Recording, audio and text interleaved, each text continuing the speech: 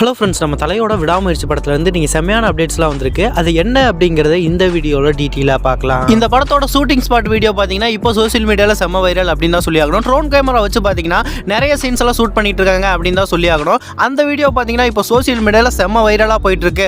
நிறைய பேர் பார்த்தீங்கன்னா விடாமுயற்சி படத்தோட ஷூட்டிங் இப்போயே கம்ப்ளீட் ஆயிடுச்சு அப்படிங்கிற மாதிரி பேசப்படுறாங்க. இந்த விடாமுயற்சி படத்தோட அப்டேட் நம்ம என்னதான் கேட்டுட்டு இருந்தாலும் ஒரு பக்கம் இந்த படத்துலேருந்து எந்த விதமான அப்டேட்டும் கிடைக்கலன்னா கூட இந்த படத்தோட ஷூட்டிங் ஸ்பாட் வீடியோலாம் பார்க்கும்போது நம்ம வெயிட் பண்ணதுக்கு ஒரு ஒர்த்தான படமாக தான் நம்ம மகிழ் திருமேனி கொடுக்க போறாரு அப்படிங்கிறத எந்த விதமான மாற்று கருத்தும் இல்லை அப்படின்னு தான் சொல்லி ஆகணும். ஏன்னா இந்த ஷூட்டிங் ஸ்பாட் வீடியோ அந்த ட்ரோன் வச்சு கேமராலாம் வச்சு பண்ணும்போது பார்த்தீங்கன்னா இந்த படம் ஒரு தரமான சம்பவம் பண்ண போகுது அப்படிங்கிறத எந்த விதமான மாற்று கருத்தும் இல்லை. இந்த படத்தோட கடைசி கட்ட படப்பிடிப்பு பார்த்தீங்கன்னா ஜார்ஜியாவில் நடக்க போகுது அப்படிங்கிற மாதிரி ஒரு அப்டேட் கிடைச்சிருக்கு.